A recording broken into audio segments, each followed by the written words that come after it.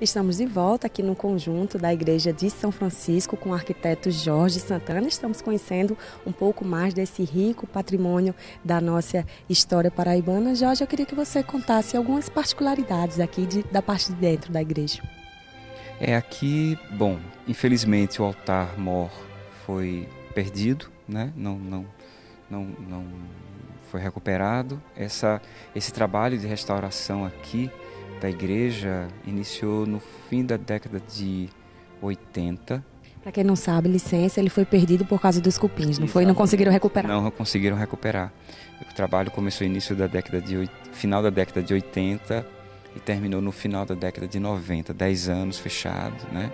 Foi com a reabertura que se transformou no Centro Cultural São Francisco. Mas aqui já foi muita coisa, né? Aqui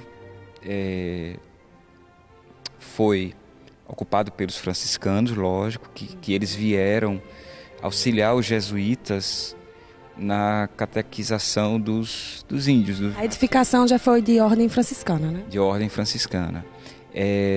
Então permaneceram aqui, no final do século XVII eles deixaram, e antes de terminar o século XVII também ele foi transformado em residência, né, com a invasão dos holandeses, né, os chefes, enfim, moraram aqui, e depois ele foi tendo outras ocupações, né, foi uma escola, né, foi hospital militar, né, aqui com o Dom Adalto, né, o primeiro bispo da cidade, ele institucionalizou aqui o colégio diocesano, né, e o seminário, enfim. E hoje é um complexo cultural, Centro Cultural São Francisco, onde abriga exposições, eventos, né, então aberto à comunidade. Aqui dentro destacamos, né, o que todos devem conhecer, o púlpito, né, que é um dos mais bonitos do Brasil, né? Os mais valiosos também. Mais valiosos do Brasil, trabalho maravilhoso em madeira, né? Detalhadíssimo, né? Aqui temos a Capela de Santo Antônio, um trabalho magnífico. Aqui você vê a força do barroco, né? O brilho e a obscuridade do barroco, né?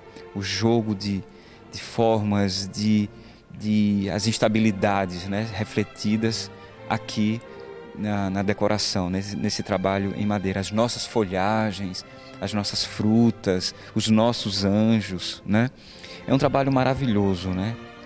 Os próprios azulejos, né? Eles retratam várias passagens.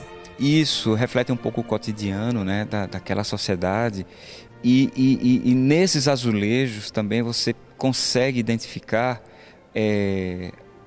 o que reflete na arquitetura, né? Através das roupas, né? O detalhamento das roupas, dos panos, né? Que vestiam aquela sociedade. Isso reflete um pouco também a própria maneira de construir as coisas, de habitar e de construções que faziam parte do cotidiano daquela sociedade. É bem interessante isso. É uma riqueza tão grande de detalhes, né? E a gente imaginando isso, século XVI, século XVII, aliás, a gente não consegue imaginar, né? Imagina um teto desse. Quanto tempo deve ter demorado para ser terminado, né? Quase 200 anos no total. Olha só, que história belíssima, né, Jorge? Isso. Isso tem um combustível muito poderoso, né? E até hoje o é muito poderoso, que é a religiosidade, né? Então, você com imbuído dessa natureza, né? Eles faziam realmente com uma devoção muito grande, né? Os artistas, os artífices da época, né? Que muitas vezes eram os padres, né? Que vieram colonizar, enfim, catequizar, através também, é óbvio, da arte. Jorge, eu gostaria que você falasse um pouquinho do couro, né? Que perfeição. Isso, esse couro abrigava, como o próprio nome diz, coro, né, dos padres, também servia para leitura, né?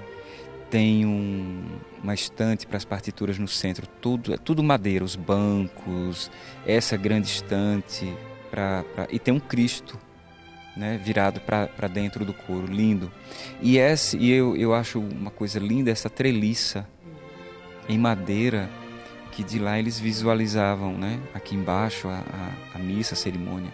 É um trabalho magnífico, se você pensar um pouquinho que naquela época os instrumentos que existiam para se fazer esse tipo de trabalho, então realmente era uma dedicação, né? Era um sacerdócio também.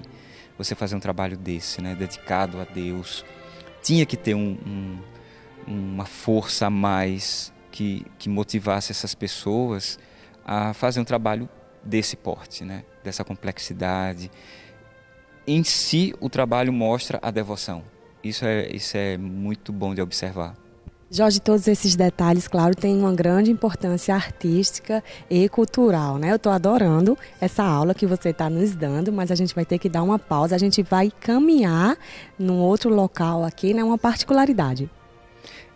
Nós vamos fazer um belo passeio, passar por um local bucólico, né, que muito pouca gente conhece aqui no centro da cidade. E esse elemento, esse aspecto, essa particularidade, ela faz parte do complexo, né, de todo o complexo da Igreja São Francisco e o convento de Santo Antônio. Vamos lá, vamos passear um pouquinho. É lindo e emocionante e a gente já volta depois do intervalo, tenho certeza que vocês não vão querer perder.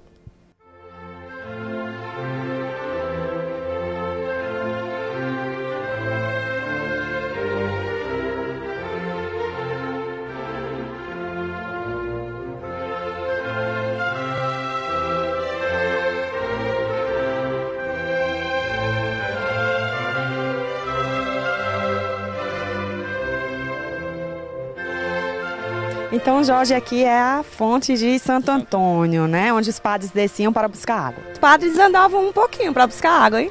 Bastante, é uma boa subida para lá, viu? Mas eu acho que eles usavam algum animal para ajudar, porque...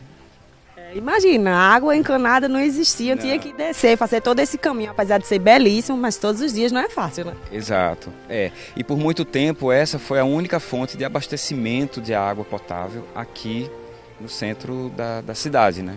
É um valor histórico imensurável, né? Fala um pouquinho dessa composição, Jorge. Bom, essa fonte, ela basicamente se divide em dois blocos, né? Na verdade, eu diria 3. É um frontão, uma parte intermediária, onde tem um peixe, que por ele jorra água, e a parte do tanque. O frontão, a parte superior, melhor, ela corresponde ao nicho, né?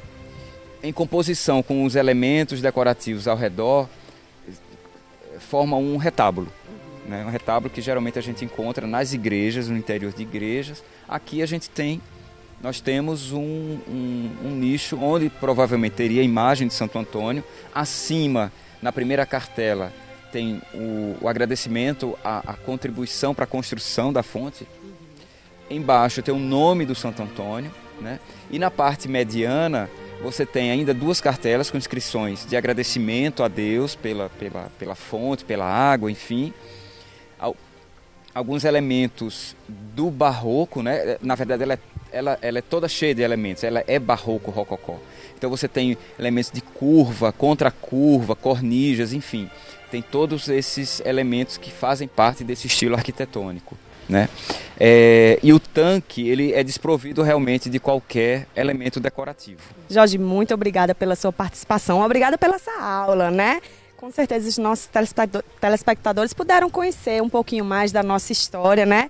Tudo que você falou, eu agradeço imensamente essa riqueza infinita de tantos detalhes históricos, artísticos, religiosos. Parabéns e muito obrigada pela sua participação. Eu é que agradeço ao programa Casa Master, né, por mais uma oportunidade de estar com vocês, com essa equipe e de mostrar um pouquinho da nossa cidade, de um ponto que não é tão conhecido da população, e fazer um convite também para que venham conhecer a fonte de Santo Antônio. nosso programa está terminando. Espero que vocês tenham gostado bastante dessa viagem cultural que foi feita especialmente para você. Mas se você quer saber mais detalhes, o Centro Cultural aqui de São Francisco está aberto diariamente para visitação. E se você quer rever essa e todas as outras matérias exibidas no nosso programa, é só você acessar o nosso site pelo www.casamaster.tv. Você fica por dentro de todas as informações. Então, muito obrigada pela sua companhia. Mais uma vez, a gente tem um novo encontro marcado no próximo programa. Tenham todos uma excelente tarde. Beijos. Tchau.